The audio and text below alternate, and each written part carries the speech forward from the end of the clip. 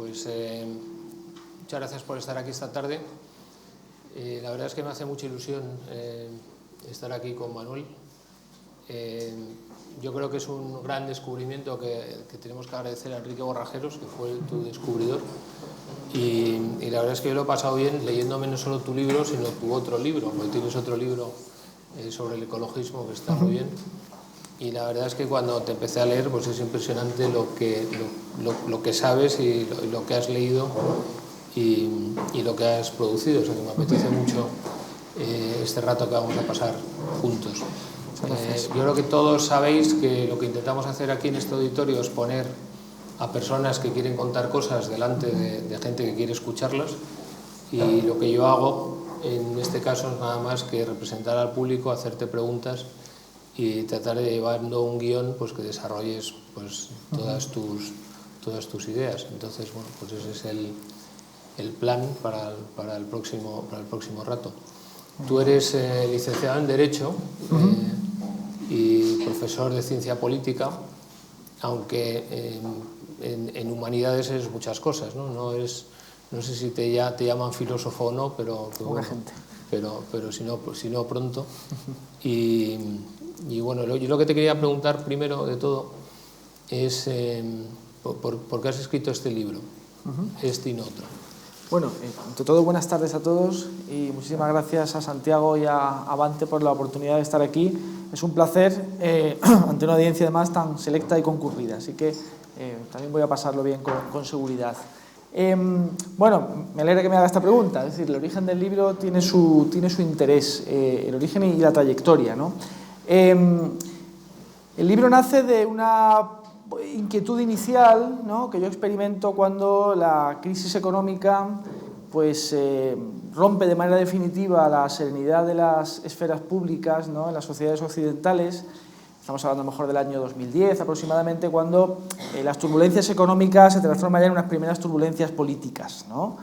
El movimiento de los indignados, ¿no?, el Occupy Wall Street, un poco, en fin, las tensiones debidas a la movilización colectiva en fin, varios países, no solo España ni mucho menos, y hablamos por tanto un poco de antes de que el populismo, al menos en España, hiciera acto de aparición, aunque el populismo europeo, después vamos a hablar de eso, preexiste a la crisis, ¿no? Y mi inquietud inicial era que la democracia liberal, la democracia representativa, pues me parecía mal equipada para, digamos, lidiar con aquellos de sus enemigos o rivales que jugaban la carta emocional, la carta del afecto, de la exaltación, de la crítica radical a lo establecido. Me parecía que de alguna manera estaba desarmada para responder, concibiéndose a sí misma, como se concibe la democracia liberal, como un sistema imperfecto, para equilibrar intereses, donde se trata de mejorar a través de la reforma, por tanto, valores todos ellos muy poco excitantes, si me permiten, ¿no? Entonces, bueno, escribí un primer artículo para la revista Letras Libres, donde desarrollé inicialmente este problema, que luego apareció como tribuna en El Mundo, pero el impulso definitivo y un poco también la profundización en el tema provino de la Fundación Juan March, que me invitó muy amablemente su director Javier Gomá a dar una charla en la sede de la Fundación, a la que iba asociado además un debate con expertos que hacen ellos, ¿no?, con 8 filósofos o profesores que uno elige con ellos. Entonces eso ya incluye la escritura de un trabajo un poco más amplio, que en aquel caso fueron, no sé, 20 páginas aproximadamente, 25, y fue cuando me di cuenta de que era necesario abordar el tema de las emociones y de la afectividad, y que por ahí, digamos, iban los tiros, ¿no?, en esta desventaja propagandística, podríamos decir, del liberalismo, de la democracia liberal. Entonces ya me encontré con toda la literatura del giro afectivo, las humanidades, las ciencias sociales, con la neuropolítica. Entonces, bueno, empecé a desarrollar un hilo argumental que, por tanto, en última instancia, responde a una sentimentalización de las democracias, como el título indica, ¿verdad?, que a medida que escribía el libro no hacía sino intensificarse, ¿no? Yo te quería preguntar por el giro afectivo, que nos lo expliques un poco. Quizá el giro afectivo, la expresión tiene que ver, o es después del giro lingüístico, ¿no?, que es lo que se estudiaba en filosofía unos años antes. Es un poco una reacción, ¿no?, de hecho. ¿Cómo nos explicarías el giro afectivo? Bueno, hay que empezar aquí por señalar que giros hay tantos o se anuncian tantos que al final resulta poco creíble que todos ellos respondan verdaderamente a un cambio de paradigma o de perspectiva, ¿no?, en las ciencias sociales. También hay que tener en cuenta que, en fin, el debate experto, las ciencias sociales, y no digamos la universidad, pues no deja de ser en el fondo un mercado donde uno tiene interés por generar etiquetas que llamen la atención y que sean exitosas, ¿no? Por lo tanto, hay muchos más giros anunciados que verdaderos, ¿no? Como las crisis económicas. Pues algo parecido. Se anuncian muchas más de las que pasan luego. Exactamente.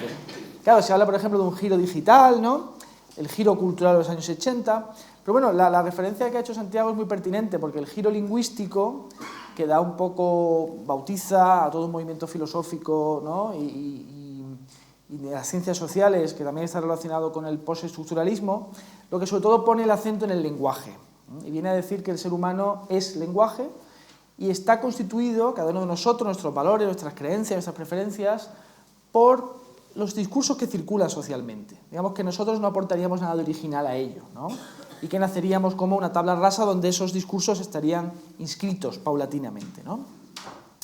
Entonces, claro, el giro lingüístico, el libro de Rorty es de finales de los 60, ¿no?, en todo momento dado se agota porque ya se ha dicho todo lo que tenía que decirse al respecto y porque se había llegado un poco a la tesis ya definitiva, que era la muerte del hombre, ¿no? El hombre no existe porque carece de personalidad propia, viene a ser un ventrílocuo de esos discursos que circulan socialmente y que además, es el corolario habitual, sirven para controlar al sujeto, para disciplinarlo, ¿no? Entonces, un poco esta inercia se rompe primeramente con el impacto que tuvo la obra de Pinker, ¿no?, la tabla rasa, y Pinker, bueno, pues lo que viene a decir es que no nacemos como tablas rasas, sino que traemos ya un bagaje genético, para empezar, evolutivo, y que no todo, por tanto, en nosotros es creado desde fuera, y ni siquiera tampoco es autocreado, sino que venimos ya con algo de serie, ¿verdad? Entonces, el giro afectivo es complementario a este, y es un cambio de foco. En lugar de atender ante todo al lenguaje y a la racionalidad, se pone el foco sobre los afectos en un sentido amplio, ¿no?, las emociones, las sensaciones, la corporalidad del sujeto y la influencia que esto tiene sobre nuestras decisiones, nuestro modo de estar en el mundo. Entonces, claro, aquí las influencias son varias, ¿no?, porque por un lado tenemos la neuropolítica, la neurociencia, mejor dicho, que se ha desarrollado en los últimos años, sobre todo a partir de las nuevas técnicas tomográficas que nos permiten ver, ¿no?, cómo reacciona el cerebro a según qué impulsos o situaciones, pero también por otra parte tenemos pues toda la teoría y la filosofía feministas, por ejemplo, ¿no?, que son las primeras que llaman la atención sobre la importancia de los afectos, las emociones, el cuerpo, y por tanto, digamos que hay convergen en el giro afectivo distintas, si no disciplinas, al menos sí distintas corrientes de pensamiento, cuyas conclusiones además en ocasiones pueden ser muy dispares, ¿no?, porque el giro afectivo puede llevar tanto a hablar de la ausencia de libertad en el sujeto, ¿no?, es decir, bueno, pues si el cerebro reacciona así y así, esto está previsto que lo haga, por tanto no somos libres, ¿no?, o también, como hace la corriente, bueno, de teoría crítica, a decir, bueno, pues quizá en aquellas experiencias de las que no somos conscientes puede haber margen para la creatividad, porque ya el sujeto escapa al control social, ¿no? Y eso sería esencialmente el giro afectivo, que en última instancia es una reacción contra el exceso de énfasis que para sus críticos pone la ilustración en la razón, ¿no? Un poco el Descartes, pienso, luego existo, dicen los críticos, bueno, no solo pienso, también siento, ¿no? Sería un buen resumen, quizás. Eso te lleva a afirmar en tu libro que estamos viviendo una época de un sujeto que llamas postsoberano, ¿no? Eso es porque ya no somos libres, porque ya no decidimos. Bueno, en fin, como sabes perfectamente, la psicología y parte de la neurociencia durante un tiempo ha coqueteado con esta idea de que no somos libres y que el libre albedrío sería una ilusión generada por la conciencia, ¿no? Y esto parte del hecho, cierto, de que hay una buena parte de nuestras decisiones que no pasan por el filtro de la subjetividad, ¿no? Es decir, realmente hay muchas actividades que de hecho realizamos automáticamente, ¿no? Cuando aprendemos a tocar la batería, realmente no estamos reflexionando antes de realizar cada movimiento. Cuando reaccionamos a una teja que cae de un tejado junto a nosotros, también lo hacemos de manera... Entonces, claro, esa preconsciencia pues podría ser un camino a la consideración de que no somos libres. Pero últimamente parece que la neurociencia está matizando esta afirmación. En el libro, cuando planteo la hipótesis del sujeto postsoberano, lo que estoy es tratando con esta fórmula de resumir la idea de que no somos tan libres como creíamos ser. Es decir, como el principio ilustrado de que somos sujetos racionales que maximizamos nuestras preferencias manejando racionalmente la información que hemos recopilado, ¿no? Pues que esto es un poco demasiado optimista. Y en el libro trato de identificar una serie de instancias o causas que erosionarían esa soberanía individual, ¿no? No solo están los afectos en sentido propio, ¿no? Que eso incluye emociones básicas como el miedo o emociones más complejas como por ejemplo los celos, ¿no? Pues pensamos en Otelo, que mata a Desdémona y en realidad la pobre no había hecho nada, pues evidentemente es un sujeto que está decidiendo bajo el influjo de una... Ya sabes que lo que se dice, que algo habría hecho, ¿no? Bueno, claro, aunque Shakespeare no lo indica, ¿no? Pero bueno, hay otras fuentes, ¿no? Por ejemplo, también tenemos los sesgos cognitivos, es decir, el hecho de que la racionalidad presenta sus defectos, ¿no? Es decir, que ya saben ustedes que están muy estudiados las distorsiones que se producen dentro de un grupo que delibera para tomar una decisión, porque está demostrado que el primero que dice algo condiciona lo que dicen los demás, ¿no? Incluso parece probado que el accidente aquel del Challenger tenía que ver con eso, ¿no? Con el miedo de algunos ingenieros a decir, bueno, a plantear las reservas que albergaban por no alinearse o por desalinearse, si lo hacían, con la mayoría.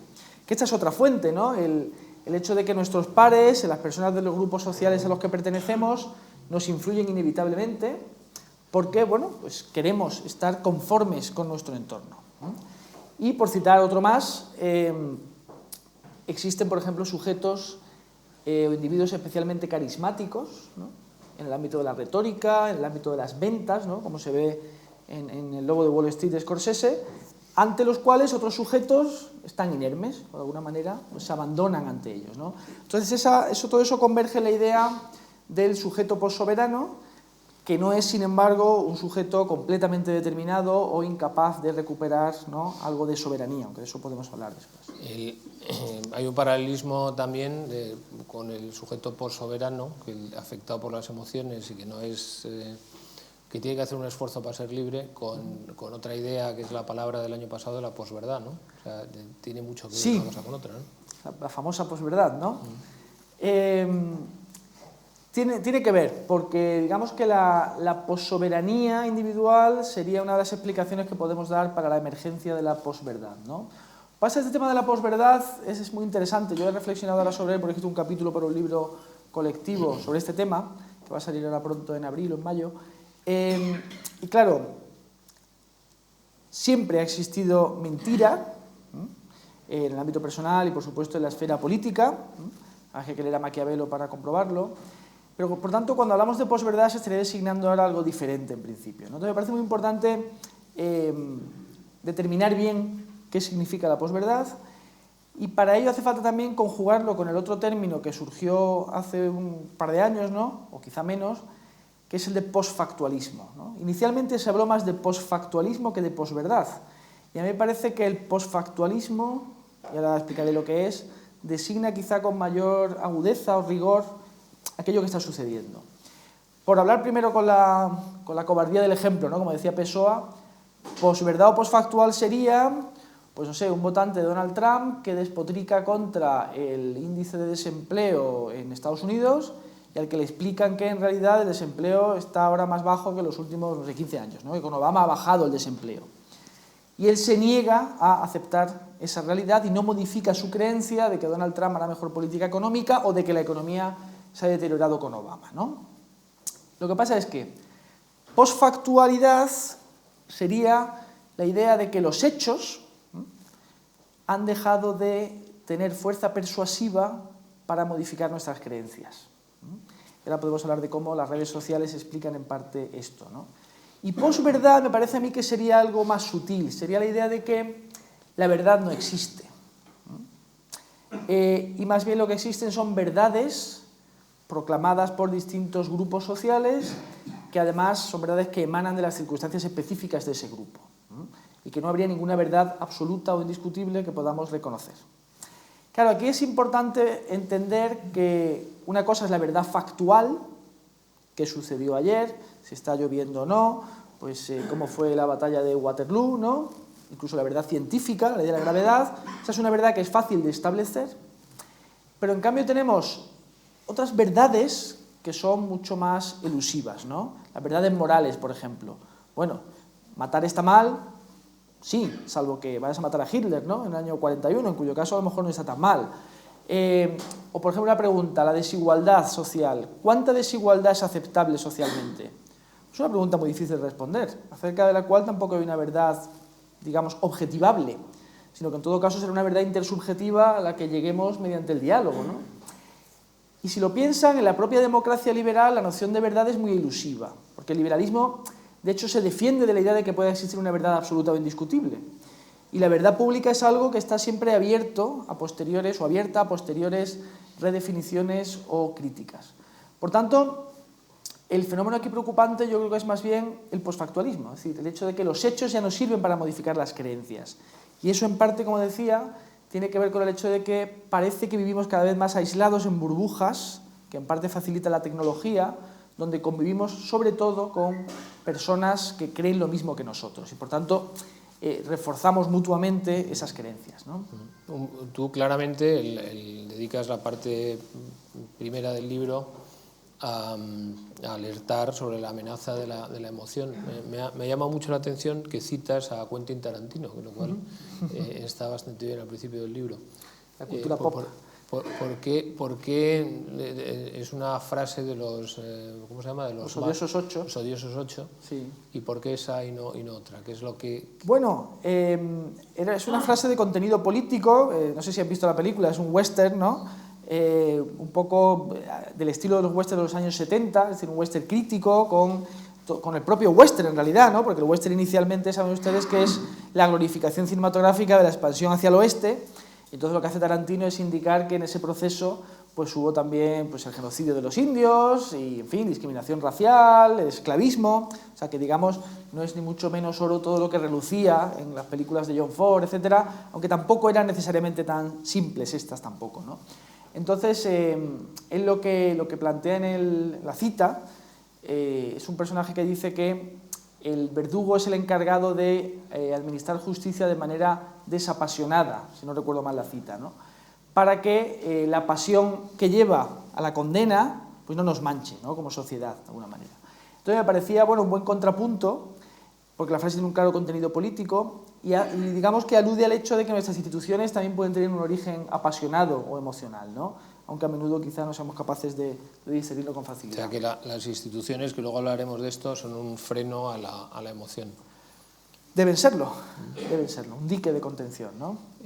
Tú en la segunda parte del libro hablas de los efectos políticos del afecto, o sea, de cuando incorporamos la emoción a la política, entonces eso nos lleva a problemas. El primer problema, uno de los problemas fundamentales que tratas, que lo has explicado al principio, es el populismo. Y el populismo lo relacionas con el romanticismo, ¿no? Como una forma de negar la racionalidad, una forma de imponerse la emoción sobre la razón. Me gustaría que comentaras un poco esto. Sí, bueno, habría que inicialmente señalar que lo que sobre todo critico son los malos usos del afecto, las malas emociones políticas, porque en todo el libro se entiende que el sujeto no es pura razón ni mucho menos, sino que dialogamos constantemente con nuestros afectos, ¿no? Y las emociones de hecho son ambiguas, uno puede odiar la injusticia o puede odiar a una raza, ¿no? Y tratar de exterminarla, con lo cual esa ambigüedad de las emociones creo que es algo que también nos enseña el psicoanálisis, por ejemplo, ¿no? Y que está también presente en las relaciones personales, ¿no? Donde uno ama a alguien pero también lo odia un poquito o viceversa, ¿no? Es una cuestión muy compleja. Relaciona el populismo con el romanticismo en la medida en que impugna el populismo, que el contrato social en las sociedades liberal-democráticas sea un acto racional, ¿no? Para el populismo, más sofisticado teóricamente al menos, la sociedad solo puede fundarse sobre una base afectiva o sentimental. Y la manera de construir ese vínculo sentimental es la oposición entre el pueblo y el líder carismático, ¿no? Es una relación, como planteaba Villacañas, pues con tintes casi libidinales, ¿no? El populismo, como digo, entendido aquí rectamente como algo que difiere de la simple demagogia, ¿no? Que es algo diferente, aunque en la esfera pública española nos empeñemos en confundirlos, ¿no? Y claro, el populismo también es romántico en la medida en que emplaza a los individuos, si es posible como pueblo, a un futuro, ¿verdad?, más o menos indefinido, donde se producirá la reconciliación de la comunidad. Pero donde además el propio individuo, que sería el actor racional que en el liberalismo utilitarista constituye la base de ese contrato social, pues queda diluido en la comunidad y encuentra su felicidad en esa disolución. Y esto, claro, esto hay que reconocer que es algo atractivo, porque los sujetos también tenemos una demanda o necesidad de vínculos sociales.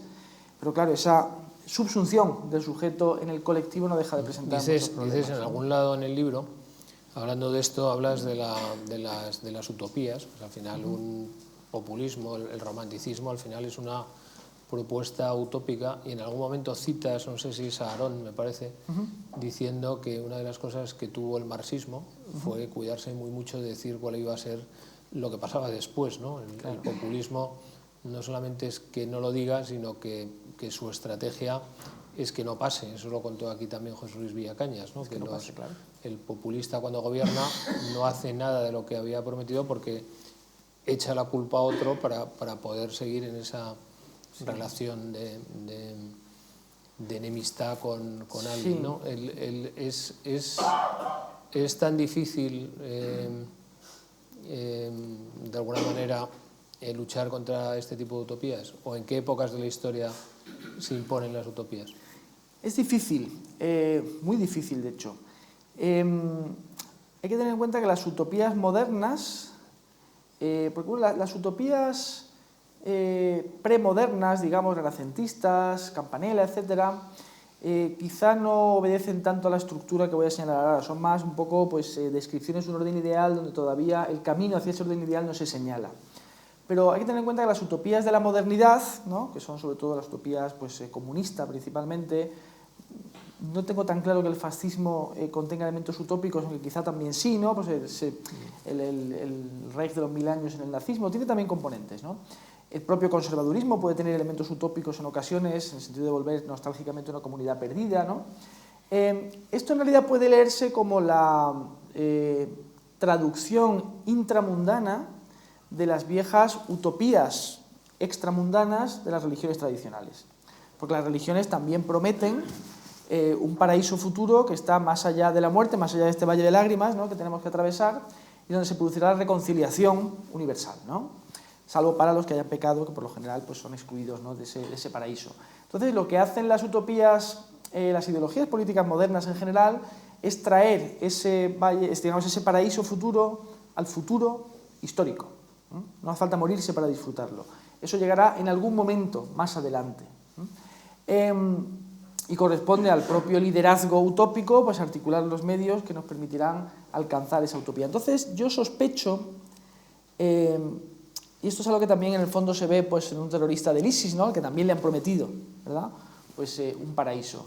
Yo sospecho que la estructura psíquica y afectiva del ser humano se complace en estas fantasías, ¿no?, porque vivimos en el tiempo, nos proyectamos hacia adelante, y como la realidad es imperfecta por definición, porque es realidad, ¿no?, presente, nos figuramos siempre que llegará un momento más adelante donde esas digamos, imperfecciones quedarán disueltas, ¿no? Esto, por ejemplo, Marx, que efectivamente no daba detalles sobre su sociedad socialista, cuando le preguntaban, bueno, no le preguntaban, en sus textos, ¿no?, políticamente, ¿cómo será la sociedad sin clases? Dice, bueno, la política desaparecerá. No habrá necesidad de la política porque los conflictos humanos se habrán extinguido. Nos dedicaremos solamente a la administración de las cosas, ¿no?, esta famosa expresión de Marx, ¿no? Entonces yo creo que el ser humano, incluso el joven estudiante que dice, bueno, hoy estoy estudiando muy mal, mañana estudiaré muy bien, lo dejo hoy, ¿no?, en el fondo está también generando una microutopía del día siguiente. O sea, creo que somos muy sensibles a eso y por lo tanto son difíciles de combatir, ¿no?, por definición. Bueno, otro de los efectos de los afectos, de los efectos de las emociones que tú analizas en política son los nacionalismos. Aquí también tenemos ejemplos, ¿no? Me ha gustado mucho lo que has dicho del ejemplo. ¿Qué nos puedes decir sobre el nacionalismo? Bueno, el nacionalismo comparte algunos rasgos con el populismo en la medida en que ambos son movimientos románticos, ¿no?, tienen componentes románticos. El populismo tiene y al igual que el populismo, el nacionalismo, por una parte, trata de construir una comunidad hacia adentro que, a pesar de excluir a aquellos que no comulgan con la idea de nación que vende, el nacionalismo nos entendemos, el nacionalismo identitario, fuerte, cultural, no deja de promover el amor a la propia comunidad como fundamento de esa comunidad futura, ¿no? Y algo de la utopía vemos en esta idea, por ejemplo, en Cataluña, de que, bueno, cuando nos emancipemos de España seremos una república social, ¿no? Seremos la Dinamarca del Mediterráneo, ¿no? Claro. Pero simultáneamente, después, por supuesto... Después de lo que hizo ayer el Barça, pues se pueden creer cualquier cosa, ¿no? Lo ha dicho Puigdemont, ¿no? Sí. Nada es imposible, ¿no? Con esta habilidad que tiene, ¿no?, el político profesional para aprovechar las oportunidades. No, decía que también, igual que el populismo, construye un enemigo, ¿no? O sea, no basta con la construcción de la comunidad propia, sino que hay que demonizar a otro para reforzar la propia identidad, ¿no? En este caso, pues Madrid, ¿no? Igual que el populismo, pues habla de la gente, habla de la oligarquía o de la casta frente a ella, ¿no?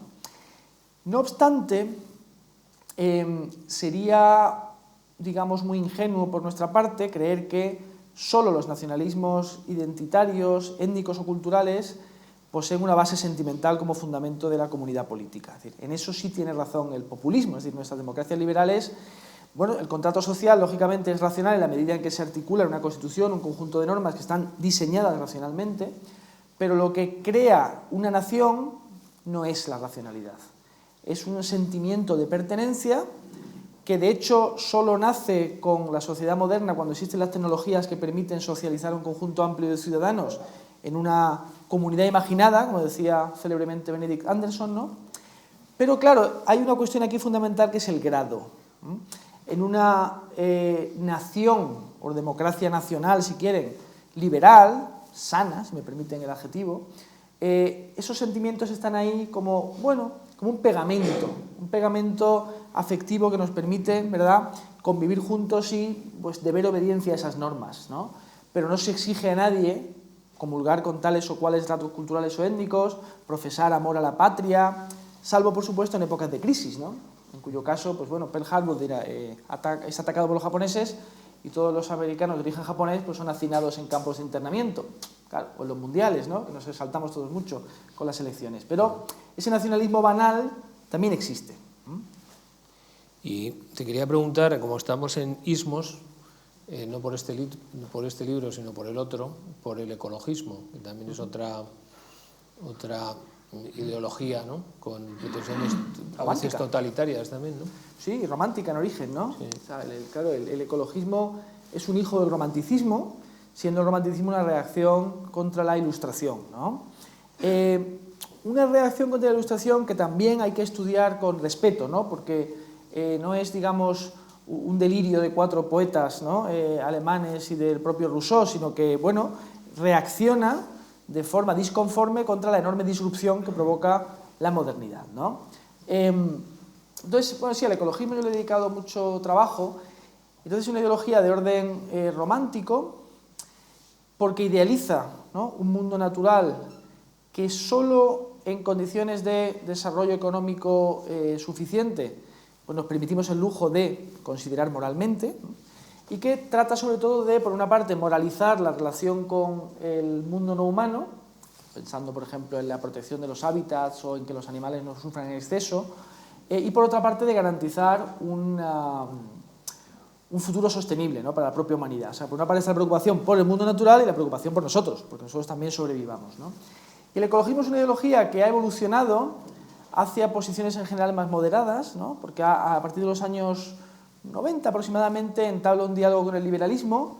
Es una trayectoria muy visible en el Partido de los Verdes alemanes, ¿no?, donde pues, el propio Joschka Fischer pasó de tirar piedras a la policía a ser ministro de Exteriores, pero que evidentemente ha conocido episodios, como tú señalas, autoritarios, ¿no? En los años 70 era común, en la crisis de los 70, ¿no?, pues el petróleo, las fantasías, ¿no?, distópicas de la ciencia ficción, planteaba el ecologismo, bueno, la necesidad de ir hacia un modelo autoritario, porque dado que o que nuestra supervivencia está en peligro si no tomamos medidas urgentes, pues necesitamos un régimen autoritario, un leviatán verde, ¿no?, o un mandarinato ecológico, como dijo algún autor, que pueda tomar medidas urgentes y excepcionales de manera rápida, ¿no? Y por eso todavía subsiste un poco en la fascinación que sienten algunos medioambientalistas por China, ¿no? Dice, bueno, es que China, claro, ellos sí que pueden, ¿no? Hay un ukase del líder del Partido Comunista y al día siguiente, pues tal o cual medida medioambiental está aplicada. Lo que pasa es que eso en realidad, la evidencia empírica apunta más bien a que las democracias, con su pluralidad de intereses, ¿no?, y su proceso político más transparente, son más capaces de generar protección medioambiental, ¿no? Y pasa un poco parecido con el capitalismo. O sea, el capitalismo lo puede aplicar una dictadura o lo puede aplicar una democracia, ¿no? Sería un poco...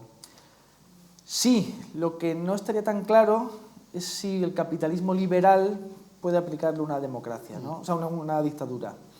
Claro, como sistema... Bueno, si es liberal, no. Claro, pero piensa, por ejemplo, la propiedad privada es un elemento fundamental, ¿no?, de la doctrina capitalista liberal, ¿no?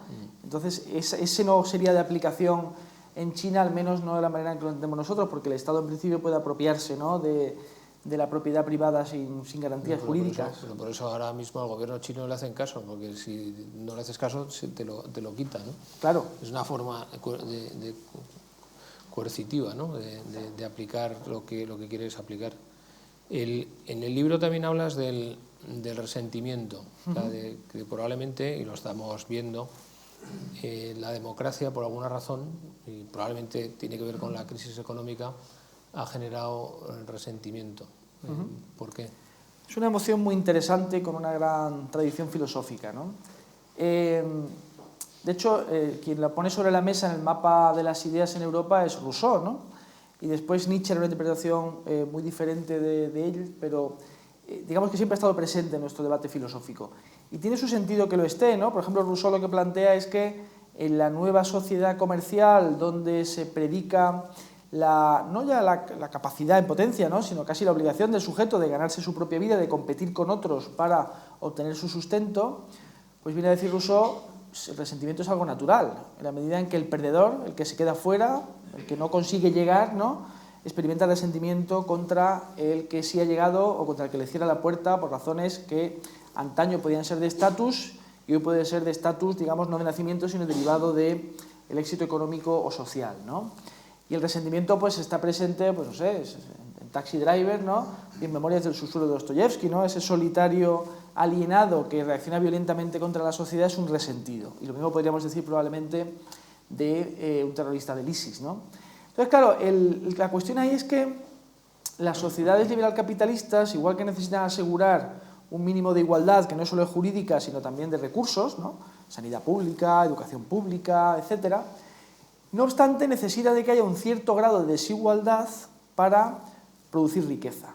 Es una desigualdad emulativa, es una desigualdad competitiva, porque genera ese incentivo que nos permite, pues, crear una empresa o desarrollar una carrera profesional. Si pues, haces como en la Unión Soviética, de tal forma que todo el mundo cobra lo mismo, trabaje lo que trabaje, pues evidentemente destruyes los incentivos, ¿no? Eso lo hemos aprendido, ¿no?, digamos históricamente, pero eso no evita que, sobre todo en crisis económicas fuertes, pues el resentimiento surja de manera natural, ¿no? Entonces, claro, ahí es un equilibrio muy delicado el que hay que mantener entre deseo de emulación, envidia sana, digamos, o malsana, resentimiento. Es muy complicado. Y el resentimiento, a su vez, que digamos puede ser un sentimiento más o menos natural, o una emoción política más o menos natural en ciertos sectores durante una crisis, es también potenciado y dirigido de manera más o menos espuria por los actores populistas, ¿no?, que tratan de, digamos, concentrar todas esas energías negativas en favor del propio movimiento. Y que, ¿no?, además tienen unas nuevas tecnologías que se lo permiten hacer, ¿no? La digitalización ayuda, ¿no? Ayuda Tú de mucho. Esto también has escrito algo, ¿no? Sí, en el libro dedico un capítulo a las redes sociales, ¿no?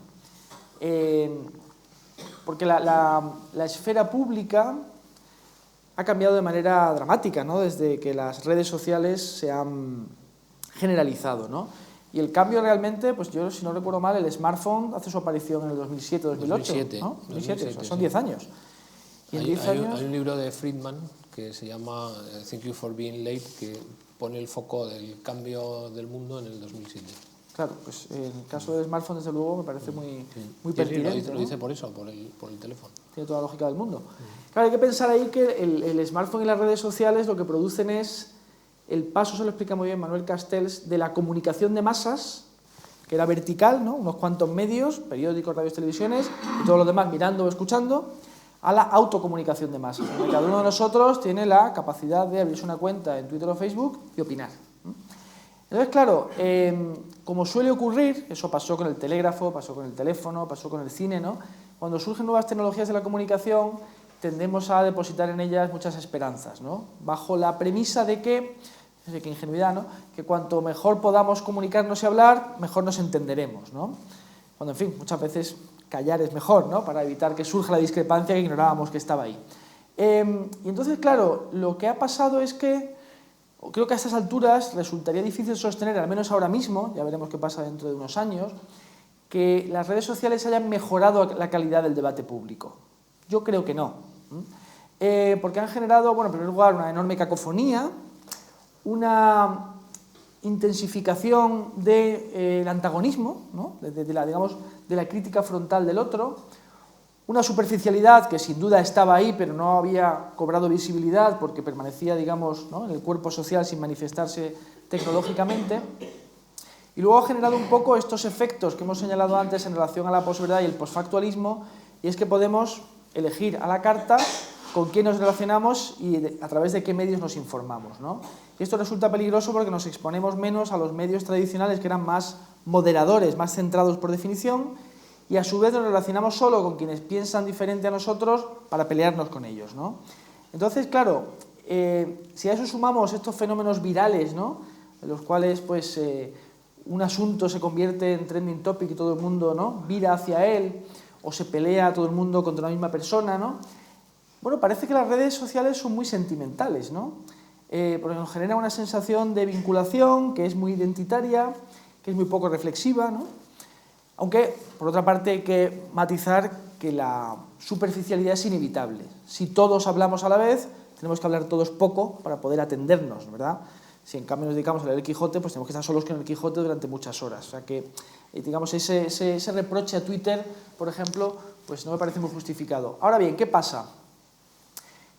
Que en las redes sociales el exaltado lleva las de ganar, porque es el que más capacidad tiene para captar la atención de los demás. Y lo mismo pasa con los medios de comunicación, cada vez recurren más al titular llamativo extemporáneo, porque capta inicialmente la atención. Entonces, el exaltado acaba echando al moderado, que se desinteresa de las redes porque ve que no puede dialogar verdaderamente. Y claro, se convierte, por tanto, en eso que han llamado algunos autores un pluralismo caótico que resulta tentador, o que digamos que nos vacuna, podemos hablar de eso después, contra la tentación de establecer democracias digitales o similares, ¿no? Yo creo que hemos recorrido la primera parte de tu libro y creo que identificas el problema, haces un diagnóstico de lo complicado, lo complejo que es todo, pero luego poco a poco nos empiezas a dar alguna buena noticia, ¿no? Planteas alguna solución. Una que a mí me parece muy interesante, me gustaría que desarrollaras un poco, que tiene que ver con lo que han llamado el partisanismo, ¿no? Lo llaman el libertario, ¿no? Lo de Thaler y Sulstein, ¿no? El paternalismo, ¿no?, libertario. Sí. Primero me gustaría que lo explicaras y luego te voy a hacer una pregunta. Muy bien. De esto. Sí, por cierto que la definición más fiel probablemente sería paternalismo liberal. Aunque se llama libertarian paternalism, realmente, cuando uno estudia lo que es, no es tan libertario como liberal, ¿no? Pues esta es una tesis que desarrollan sobre todo dos autores americanos, Cass Sunstein y Richard Thaler. Richard Thaler, que por cierto tiene un pequeño papel en La Gran Apuesta, esta película sobre la crisis financiera, ¿no? Bueno, y es uno de los gurús del behavioral finance también. Nosotros sí. leemos, tiene un libro magnífico sobre behavioral finance también. Sí, iba a destacar primero su faceta artística, pero sí. porque me hizo mucha gracia verlo en la película, ¿no?, al lado de Selena Gómez, en esa pequeña escena en la que él explica, ¿no?, en términos de conductismo financiero económico, la crisis, ¿no? Entonces, bueno, básicamente el paternalismo libertario, o liberal, dice: cuando decidimos, los individuos, decidimos en un marco determinado, ¿no? Tenemos una cierta información a nuestra disposición y decidimos. Esa decisión, muy a menudo, no es una decisión racional o especialmente reflexiva o meditada, y muchas veces nos dejamos llevar por estímulos que nos plantea, bueno, pues la publicidad, una página web o nuestros propios impulsos, ¿no? O, por ejemplo, no podemos resistir, o en este caso podríamos alegar razones biológicas: quiero morir anciano, pero voy a fumarme otro cigarro y lo dejo mañana, ¿no? O sea, hay una contradicción ahí entre nuestros fines últimos y nuestras acciones presentes. o quiero adelgazar, pero bueno, voy a tomar esta última hamburguesa en McDonald's, ¿no? Que no pasa nada. Entonces, ¿qué dicen estos autores? Dicen, bueno, se podría influir sobre la arquitectura de decisión de los individuos, proporcionándoles información o estímulos que les lleven a cumplir aquellos fines que ellos mismos se han marcado, pero que están ignorando sin saberlo, que están desatendiendo sin saberlo. Es decir, que se trataría de respetar nuestra autonomía, no decirnos lo que queremos hacer o los objetivos vitales que tenemos que marcarnos, pero ayudarnos a tomar las decisiones correctas. Ejemplo sencillísimo, pues que McDonald's indique cuántas calorías tiene su hamburguesa junto al precio de la misma. Entonces uno llega y dice, 1000 calorías, bueno, me lo pienso. O, no, me la como, ¿no? Pero al menos tenemos ya una información que antes no teníamos. Lo que se le ha planteado al paternalismo libertario es de, bueno, está usted infringiendo la autonomía, manipulando a los individuos. Y su respuesta, que me parece razonable, es que, bueno, la arquitectura de decisión o el marco en el que decidimos es tan amplio y está tan, digamos, condicionado por tal multitud de agentes y de mensajes que una pequeña cuña creada por el Estado pues tampoco hace tanto daño, ¿no? Me parece cuando la manipulación no es muy fuerte y tampoco está claro realmente qué eficacia tienen estas técnicas, ¿no? No suena como algo demasiado irrazonable. Sí, aquí el problema, yo creo que está el libro Nudge, que prometía poder ayudar a la gente a tomar buenas decisiones sin manipularla, luego influyó mucho en la administración Obama. No se puede saber cuánto se aplicó, pero lo que está claro es que después de Obama vino Trump, ¿no? O sea, que probablemente cerrará el departamento correspondiente, ¿no? No sé, o habrá que revisarlo. O sea, sí, pero bueno, yo creo que un poco la cuestión es que si vas a manipular, ya manipula a lo bestia porque funciona mejor, ¿no? Claro, yo creo que la idea del paternalismo libertario es influir en pequeñas cosas, en cosas más pequeñas, ¿no? En decisiones que adoptamos que tienen que ver con nuestra vida cotidiana, ¿no? Contratar un seguro médico, por ejemplo. Entonces, si quieren que las reglas que se aplican por defecto en caso de que no indiquemos una opción sean las más favorables al usuario, no al revés, ¿no? Entonces, claro, es una idea todavía relativamente nueva. Si no me equivoco, el primer libro es de 2008 aproximadamente, aunque Sunstein ha seguido trabajando en ello. Y que, por tanto, y además, bueno, en Estados Unidos ha tenido una discusión más intensa que en Europa, como es habitual, la cuestión de la libertad, ¿no? Sí. Porque allí incluso el Supremo tuvo que ratificar que obligar al ciudadano a contratar un seguro médico no era infringir su libertad, aunque en realidad lo es, pero bueno, se aceptó, ¿no?, como algo constitucional. Entonces, bueno, creo que el Nudge tiene posibilidades inexploradas, pero que quizá en el fondo puedan ser decepcionantes porque esas técnicas, como te decía, no sean tan eficaces, ¿no?, como quizás sus promotores quieren pensar. Sí. Te quería preguntar, yo creo que lo has mencionado al principio, parece que otro de los antídotos, otro de los blindajes que puede tener la democracia liberal puede ser las propias instituciones. De hecho, cualquier populista que se precie lo que hace es tirar contra todas las instituciones, ¿no? Sea de un lado o del otro. Lo está haciendo Trump, lo está haciendo ahora mismo desde la presidencia, ¿no? Así es. Entonces, aquí te quería hacer dos preguntas. Una, que nos explicaras por qué es más preferible la democracia representativa sobre la democracia directa, que son los riesgos de la famosa democracia real. Bueno, pero si contestas esta, luego te hago la otra. Vale. Esta ya tiene miga, ¿no? Bueno, la respuesta corta sería que la democracia representativa es preferible a la directa porque hemos aprendido que lo es, ¿no? O sea, que tenemos ya un bagaje histórico que nos permite calibrar, digamos, la eficacia en términos tanto institucionales, morales o económicos de las democracias representativas, ¿no? Las democracias representativas, como es bien sabido, nacen tarde, nacen prácticamente en los debates constitucionalistas norteamericanos a finales del 18 y nacen como respuesta al problema que planteaba la imposibilidad de aplicar las fórmulas de la democracia directa, propia de ciudades-estado o comunidades pequeñas, como la polis griega, en sociedades de una escala ya tan amplia como las sociedades modernas, ¿no? Es decir, es imposible crear una ágora deliberativa con, no sé, no digamos 300 millones de personas como en Estados Unidos, es que ni con 100.000 personas podemos crear una ágora deliberativa donde todos hablen y todos voten, ¿no? Eso es imposible. Entonces, bueno, se habló del representante, se recuperó esa institución que existía en términos sobre todo jurídicos, ¿no? y que bueno, dio pie al famoso lema no tributación sin representación en Gran Bretaña, es un poco el origen también de ese tema. Entonces, a través de la democracia representativa elegimos a quien decide, no decidimos directamente, ¿no? Entonces, a medida que la sociedad se ha hecho más compleja, esta premisa me parece que tiene más validez, ¿no? Porque, no ya porque podamos estar desinformados al respecto de temas de gran complejidad, sino porque tenemos nuestras adscripciones sentimentales, nuestros tribalismos morales, y somos muy proclives a decidir de forma poco razonable cuando se nos plantean opciones binarias, como ha demostrado el Brexit.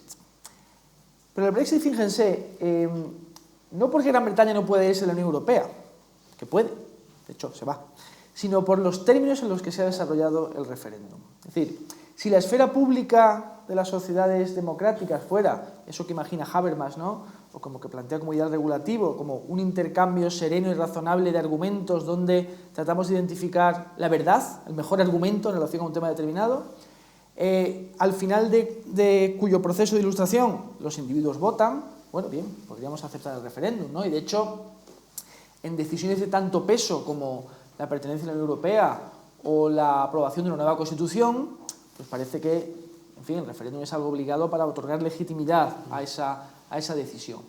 Pero bueno, el Brexit ha demostrado que no es el caso. Es decir, un referéndum convocado ya por un presidente que estaba peleado con medio partido y dice, bueno, voy a resolver esto, y que encuentra toda clase de omisiones, mentiras y distorsiones, y donde además se da la peculiaridad, ¿no?, de una distorsión demográfica que hace que los mayores de 60 años aprueben masivamente el Brexit y los jóvenes no, siendo los mayores más abundantes que los jóvenes, lo cual crea un desequilibrio interesante. Entonces, la democracia directa plantea serios problemas porque además, digamos, crea el riesgo, y lo vemos con el populismo, lo vemos con el nacionalismo, de que la voluntad del pueblo se invoque contra la ley. Y de nuevo aquí tenemos ya experiencia suficiente como para saber que el imperio de la ley es indispensable para preservar una sociedad civilizada, ¿no? Y estaba pensando, claro, cuando hablamos de las instituciones como dique contra la emoción, podemos pensar en las instituciones contramayoritarias, como el Tribunal Constitucional o el Banco Central Europeo, ¿no? ¿Por qué existe el Banco Central Europeo o el Banco de España antes, ¿no? Pues porque la política monetaria en manos de los gobiernos, antes de unas elecciones, era un instrumento peligroso, ¿no? Y aprendimos a entregárselas a una autoridad independiente. Claro, ¿podemos convertir el Banco Central en algo sexy, algo afectivamente atractivo? Pues es muy difícil, ¿no? Mario Draghi, pues el hombre es un tecnócrata que lo hace muy bien, es una institución fría, pero porque tiene que ser fría, porque está decidiendo en frío sobre asuntos que tienen consecuencias. Pero es fácil convertirle en el enemigo, ¿no? Eso es lo más fácil del mundo, por desgracia, ¿no? Entre otras cosas porque claro, es un tema interesante, fíjate, la democracia representativa no debería llamarse democracia representativa, debería llamarse república representativa, que es lo que decía Kant, ¿no? Porque, claro, lo que pasa es que nuestras sociedades se hacen cada vez más democráticas y más inclusivas y por eso el término se introduce. De hecho, en origen, las elecciones eran una institución aristocrática, destinada a elegir a los mejores. Pero con el paso del tiempo, pues más bien parece que eso es pecado, ¿no? Es decir, el mejor no debe ser el que elegimos, sino alguien pues, del pueblo, ¿no? Bueno, alguien dijo que podía ser presidente cualquiera, ¿no? Ahora lo vemos, ¿no? Con Donald Trump, aunque alguna habilidad desde luego tiene, ¿no? Sí. Pero que ese es un factor también a tener en cuenta, ¿no? La otra parte de la pregunta es,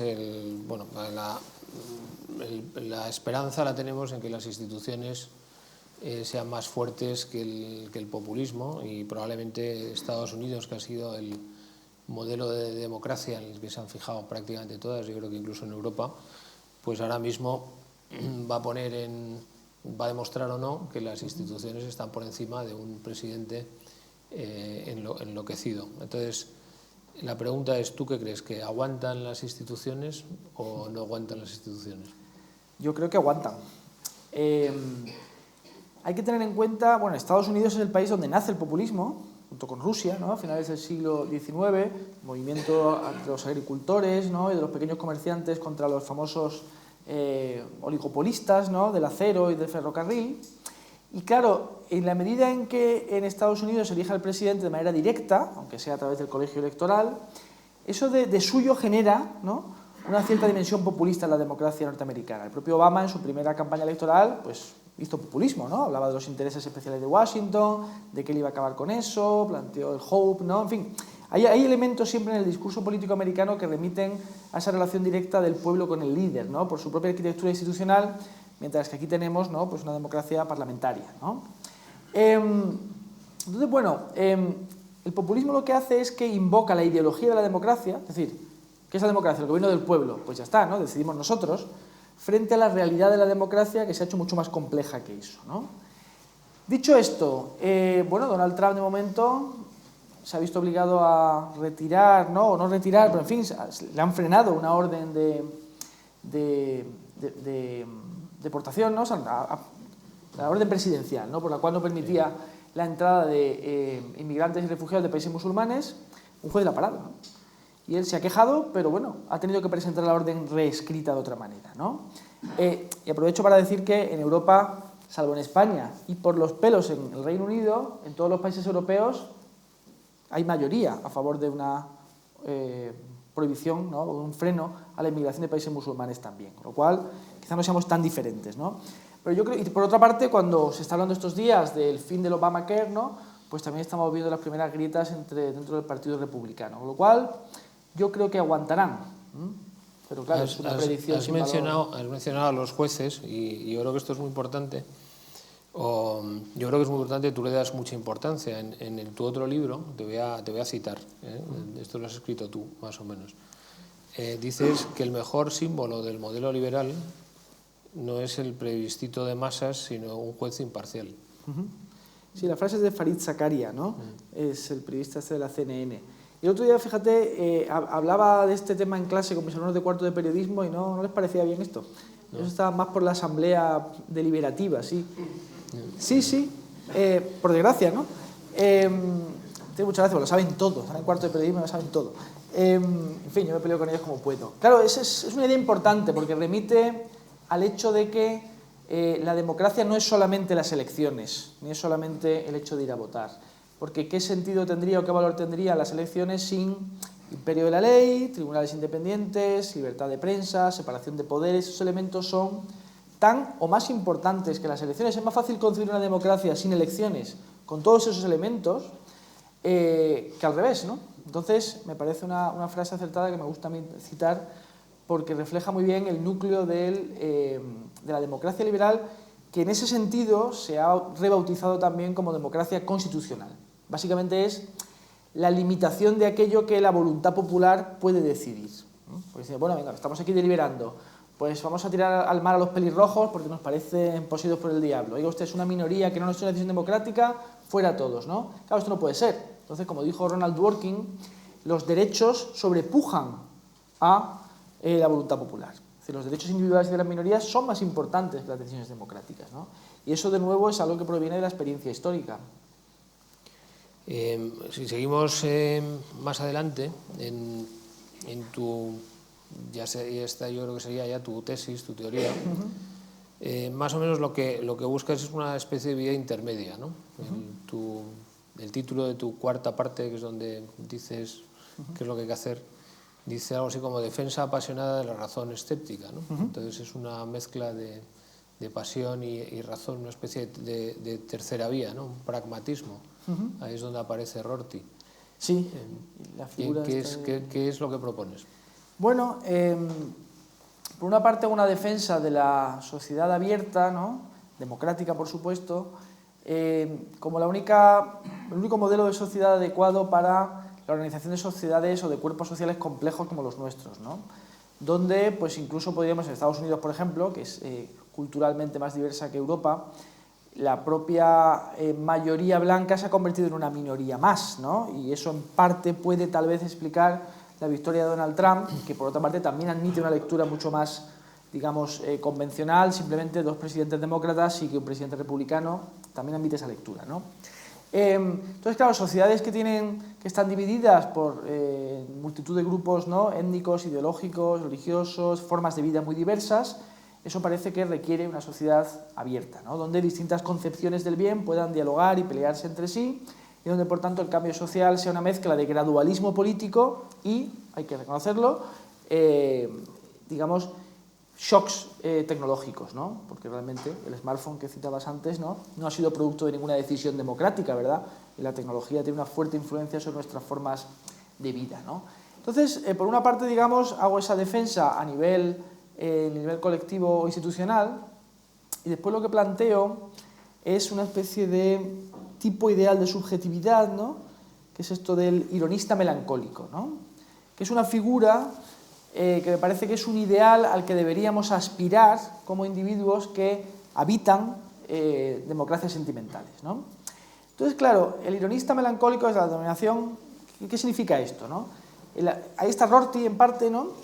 Porque ironista, en la acepción rortiana, es aquel que acepta que su concepción del bien, su visión del mundo, no es la única posible ni la única legítima. Es decir, que no hay ninguna explicación del mundo que sea válida en exclusión de todas las demás, que necesariamente conviven distintas explicaciones, valores, narraciones, sentimientos, ¿no? Que esa pluralidad es, digamos, inextirpable, ¿no? No va a haber nunca una unificación ideológica completa. El ironista acepta, por tanto, que es uno más entre muchos, ¿no? Y por otra parte, el ironista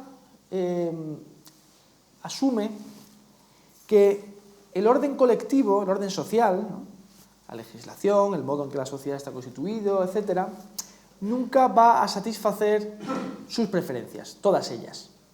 Algunas de ellas pueden verse colmadas, podemos estar de acuerdo con algunos aspectos de la vida social, pero con muchos otros no lo estaremos. Y si no lo estamos nosotros, imaginemos todos los demás. El aborto es un buen ejemplo, ¿no? Es decir, pues en el actual statu quo no está contento ni aquel que querría prohibirlo en todo caso, ni aquel que querría liberalizarlo por completo. Entonces hay un término medio, pero realmente habrá quien no lo acepte. Piensen en las personas que atentaban contra médicos abortistas en Estados Unidos y los mataban, ¿no? Es una persona que no acepta la solución de consenso, digamos, legislativa a la que se había alcanzado con ese tema, ¿no? Es un tema de fuerte peso moral. Entonces, el ironista dice, bueno, aquí hay una brecha trágica, que es la brecha entre el individuo y el orden social. Esto puede generar anomia, he citado antes el Taxi Driver, Morir del subsuelo, ¿no? Y todos los descastados, ¿no? Pero la respuesta posible es otra también, es la ironía. Es decir, bueno, esto es inevitable. Y por tanto, como es inevitable, voy a aceptar melancólicamente que el proceso político nunca va a generar aquellos resultados que yo desearía. Y que ningún partido político va a presentar una oferta que coincide exactamente con aquello que yo quiero. Y que si lo hace, no va a poder aplicar completamente ese programa, etc. Entonces, por eso es una posición de cierta distancia, lo cual, no obstante, no excluye ni un cierto grado de compromiso o atención a la vida pública, ni, por supuesto, que ese sujeto ironista melancólico sea todo lo apasionado que quiera en su vida privada y sufra toda clase de dramas y desgarros amorosos, por ejemplo. Es otro plano. Pero sí se, digamos, alerta aquí también contra la tentación, que el populismo en cambio aprovecha, de pensar que la democracia existe para hacernos felices, ¿no? O para colmar todas nuestras aspiraciones. En realidad la democracia, por su propia naturaleza de conciliación de distintos intereses, valores, ideologías, etc., es intrínsecamente insatisfactoria y decepcionante, ¿no? Y esa es un poco mi propuesta, asumiendo que si todos fuéramos ironistas melancólicos, pues esto no sabemos muy bien qué aspecto tendría. Asumo que es un ideal que ni siquiera ninguno de nosotros va a alcanzar de pleno, ¿no? Lo que pasa es que hacer eso exige una pedagogía especial. Yo creo que Rorty piensa que la vía de hacerlo es la literatura, ¿no? La literatura, sí, que tiene ficción, ¿no? Que tiene que tratar de que la gente entienda que hay otras tesis y que tiene que hacerle más abierto. Pero no parece que la literatura ya difícilmente lo va a hacer porque nadie lee, pero a lo mejor el cine, las series no están realmente apuntando a esto, ¿no? O sea, ¿cómo hace una sociedad liberal una pedagogía que cree ironistas? Pues mira, tratando de evitar el famoso as en la manga, ¿no?, de todo conferenciante, que es decir, que es la educación y ya está, ¿no? Y hay que matizar un poco más. De lo que se trata es de crear sujetos reflexivos, ¿no?, con autoconciencia. Y esa autoconciencia, de hecho, es la que nos permite evaluar el propio proceso a través del cual se forman nuestras preferencias. Y podemos quizá detectar aquellas instancias en las cuales nuestra soberanía se ha visto disminuida, ¿no? Y eso incluye, por ejemplo, pues reevaluar el apego que podamos tener a los espacios en los que nos hemos socializado, ¿no? Es decir, la feria de mi pueblo es la mejor del mundo. Bueno, vamos a ver, usted lo siente así porque es su feria, entonces asuma esa, ¿no?, que todas las ferias de los pueblos son las mejores del mundo, y no por ello va a dejar de amarla, pero usted, ¿no?, toma distancia respecto de ese sentimiento tan poderoso, ¿no? Entonces, Rorty, el propio Rorty, realmente no habla solo de literatura, ¿no?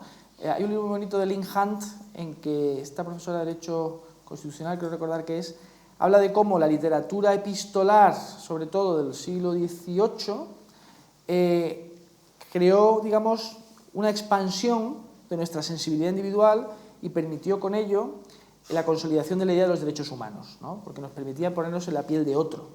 Estas tesis, evidentemente, no pueden validarse científicamente de manera sencilla, pero era una tesis plausible. El propio Rorty habla de literatura, pero habla también de periodismo, de etnografía, de televisión, de cine, ¿no?, del cómic, ¿no? Es decir, que realmente la pasión narrativa de los seres humanos no va a desaparecer nunca, ¿no? Y sea cual sea el formato del que estemos hablando, existirán constantemente ficciones. Entonces, a la idea de que las ficciones que circulan o se consumen contemporáneamente no ayudarían a esa finalidad, yo no daría una respuesta tan negativa. Si piensas, por ejemplo, en la película que ha ganado el Oscar este año, a mejor film, bueno, pues es la historia de un chico negro gay que vive en un mundo deprimido en Miami, ¿no? Entonces, realmente, y la Academia creo que ha hecho un esfuerzo explícito ante las acusaciones de racismo que se han vertido en el pasado por dar más premios a los actores negros, ¿no? Bueno, yo sí creo que es una película que puede ampliar nuestra sensibilidad, ¿no? Hace unos años también tuvo mucho éxito 12 años de esclavitud, ¿no?, donde se narra, pues, el proceso por el cual un hombre libre, negro, es esclavizado en el sur hasta que es liberado. Yo creo que esas ficciones sí tienen fuerza, ¿no? En el libro creo que de hecho trazo una línea entre esa película y la frase de Michelle Obama de que la Casa Blanca había sido construida por esclavos, ¿no? Entonces yo creo que nuestras sociedades son cada vez más empáticas. Lo que pasa es que eso convive con este proceso de plebeyización de la esfera pública que tenemos en las redes sociales, donde no obstante, también un mecanismo retórico habitual es la ofensa. Yo soy una víctima, me siento ofendido, ¿no?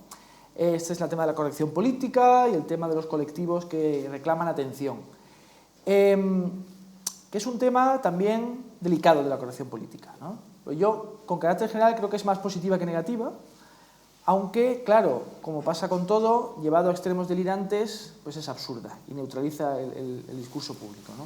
Pero yo soy acusado de ser optimista, entonces, claro, pues cuentas esto y a mí me parece que es así. O sea, yo creo que la sociedad occidental, el mundo en general, va a ser capaz de pasar por este momento de la historia, como ha pasado por otros muchos, y reconstruirse. Pero quizá, desde el punto de vista de la emoción, tiene mucho más fuerza hoy la emoción del que quiere destruir el sistema que la emoción positiva que generan muchos, probablemente muy mayoritarios, que están dentro de cada sistema, pero que no lo defienden.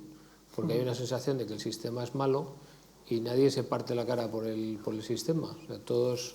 O sea, ¿qué tipo de emoción positiva o qué tiene que pasar para que haya...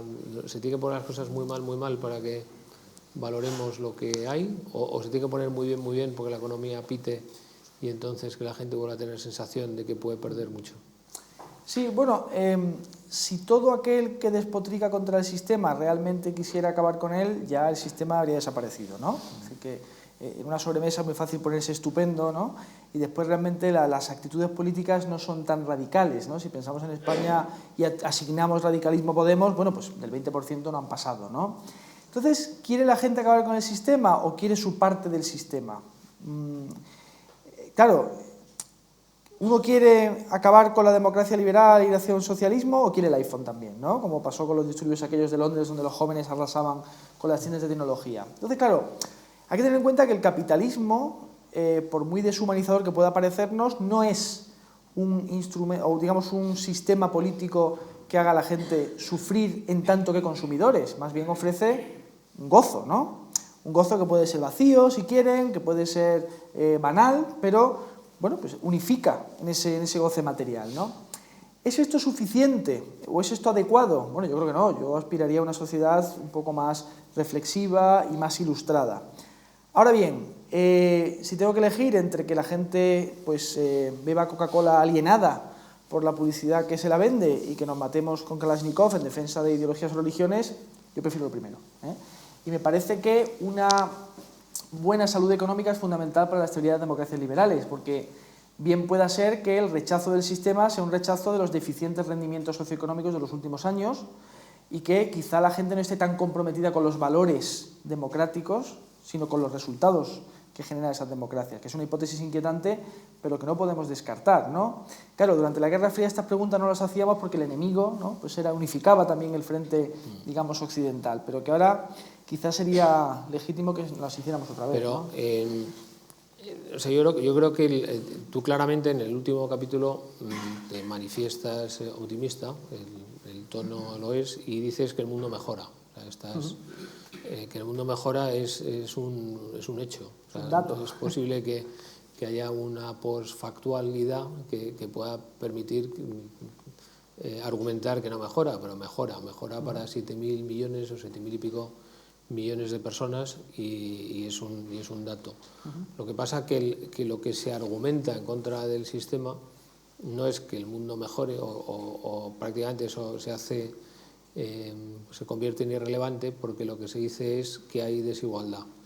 Antes has tocado el tema de la desigualdad, lógicamente has dicho que era un tema de rangos y de matices, pero yo creo que esto es una carga de profundidad brutal en el sistema. Incluso cuando hablamos de desigualdad en España, lo que no argumentamos es que la desigualdad en España a lo mejor está igualando a otras zonas económicas que también son seres humanos que a lo mejor están, gracias a un ajuste aquí, pues están beneficiando. ¿Qué nos dirías sobre la desigualdad? Porque yo creo que la desigualdad es una de las cargas de flotación fundamentales que tiene el sistema y cómo argumentemos y cómo expliquemos y qué pedagogía hagamos probablemente tiene mucho que ver con cómo evolucionará todo este problema de cara a futuro, ¿no?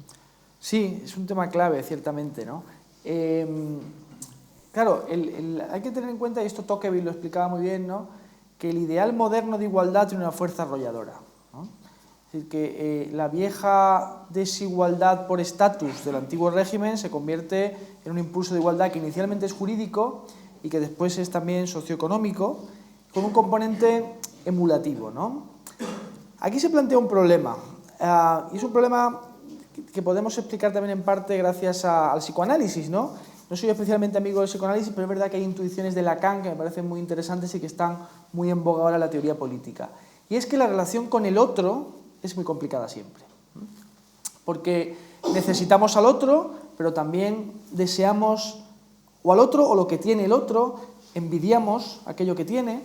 Y por tanto hay componentes ahí de lo que llamaba René Girard el deseo mimético, pues que resultan muy difíciles de resolver, ¿no? Es decir, que Daniel Bell, por ejemplo, el teórico del fin de las ideologías, decía, bueno, aunque obtengamos la plena igualdad, el conflicto no va a desaparecer porque pues quizá nos peleemos por la atención de la persona más atractiva que está en la sala en ese momento junto a nosotros, ¿no? Es decir, que esa fuente de descontento siempre va a existir. Dicho esto, y coincidiendo contigo en que la desigualdad que ha aumentado en los países desarrollados, bueno, pues ha disminuido la comparación entre países y que la pobreza ha disminuido de manera dramática, ¿no?, y que la propia España sufre un camino de igualación hasta el principio de la crisis, ¿no?, y que también si se disparan los índices de desigualdad en España tiene que ver con el desempleo en gran medida, ¿no? El problema ahí es que, por una parte, donde hay que atacarse las percepciones, ¿no?, para que el ciudadano no perciba la desigualdad, sino en sus justos términos, ¿no? Entonces, claro, hacer pedagogía, como tú señalabas, positiva, es muy difícil cuando alguno de los actores políticos en contienda va a hacer pedagogía negativa, ¿no? Yo recuerdo, me parece que es un buen ejemplo para ilustrar esto, ¿no? Se acordarán todos del debate entre Alfredo Rubalcaba y Mariano Rajoy, antes de las elecciones que ganó Mariano Rajoy, cuando Rubalcaba preguntó muy serio a Rajoy, ¿usted va a subir los impuestos?, ¿no? Y Rajoy dijo que no. Vaya si lo subió, ¿no? Pero por supuesto él sabía que iba a subirlos y cualquier ciudadano informado sabía que tenía que subirlos. Pero claro, si lo piensan, él solo podía reconocer que iba a subirlos si en el momento siguiente Rubalcaba hubiera dicho, naturalmente, yo también los subiría. Pero claro, no era de esperar que eso lo hiciera, ¿no? Eso está Maquiavelo. Entonces, claro, ¿cómo hacer pedagogía positiva para que se corrija un poco la percepción sobre la desigualdad cuando hay actores que hacen pedagogía negativa? Es muy difícil. Y por otra parte, hay cierta desigualdad. Es decir, si pensamos en España, por ejemplo, el debate público está muy escorado del lado de los ciudadanos de cierta edad, ¿no? Y los jóvenes, en cambio, han recibido una atención discreta en términos de políticas públicas. Con lo cual, también necesitamos que haya quejas para hacer un poco de autocrítica acerca de aquello que no funciona, ¿no? Pero es verdad que, lo insinuabas tú antes, en las épocas de expansión, la psicología colectiva es muy diferente. Pensamos en términos muy distintos a como pensamos en épocas de depresión, ¿no? Y a eso habría que sumar, me atrevería a decir, pues la influencia, en este caso, un poco perniciosa de los medios de comunicación, ¿no? Porque, claro, good news is no news, ¿no? La buena noticia siempre es la mala noticia. Y claro, pues la robotización, bueno, parece que pasado mañana van a desaparecer todos los empleos, ¿no? Y esto genera una ansiedad también que, bueno, es muy mala consejera. Entonces, realmente no tengo una respuesta muy precisa, porque si la tuviera, supongo que sería asesor en Bruselas o en la Moncloa. No, a lo mejor pues en este mundo que vivimos puedes tener la solución perfecta y que nadie te haga caso. O sea, eso también es cierto, trabajaré en ella. Sería posible también. Trabajaré en ella. Pero es verdad que, hombre, por ejemplo, no sería malo que los salarios subieran en España para que hubiera una cierta percepción, pero a su vez los salarios, si suben al margen de la productividad, sabemos que eso trae problemas. Entonces, dar todas esas explicaciones ante una ciudadanía en parte rabiosa, pues resulta muy difícil, ¿no? Creo que estamos ya casi acabando. Te quería preguntar, tú hablas de modernidad, lógicamente posmodernidad. ¿Qué pasa después? Bueno, no está claro si estamos en la posmodernidad o en la tardomodernidad, ¿no? Aunque yo creo que en realidad es interesante pensar que si la posmodernidad es la idea de que los grandes relatos, el progreso, la justicia, la libertad, pues no tienen validez, sino que hay que ir hacia unas concepciones un poco más relativistas, ¿no? de las narraciones que articulan nuestra sociedad, la crisis en realidad es una nostalgia de grandes relatos articuladores, ¿no? El pueblo, la democracia directa, la justicia. O sea que de alguna manera tenemos dificultad para asumir la crítica posmoderna, por una parte. Aunque por otra, la mayor pluralidad de la sociedad y la menor jerarquización entre esas distintas ideas sobre la cultura o visiones de lo que debe ser el ser humano sí apuntan hacia un éxito de la posmodernidad. La gran pregunta es si vamos hacia la transmodernidad, digamos, ¿no? Es decir, hacia un mejoramiento tecnológico tan extremo que hablar de ser humano quizá empiece a ser discutible, ¿no?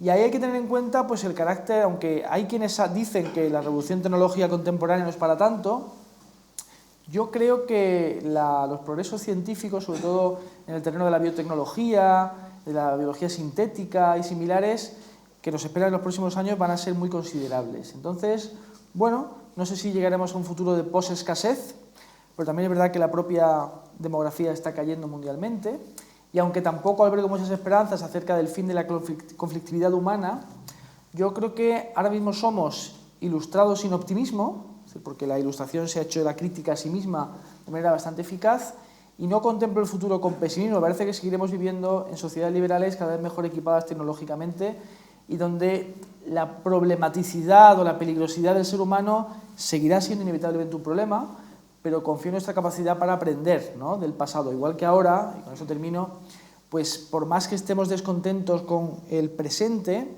las utopías colectivistas ya no sean realmente un horizonte deseable porque sabemos que fracasaron, ¿no? Aunque, si me apuras, quizá dentro de 50 o 60 años nos habremos olvidado de eso, ¿no? Aunque espero que no, naturalmente. Bueno, cuando acabas el libro, hablas de una razón que he aprendido a dialogar con la emoción. Como idea final, me gustaría que desarrollaras esa idea.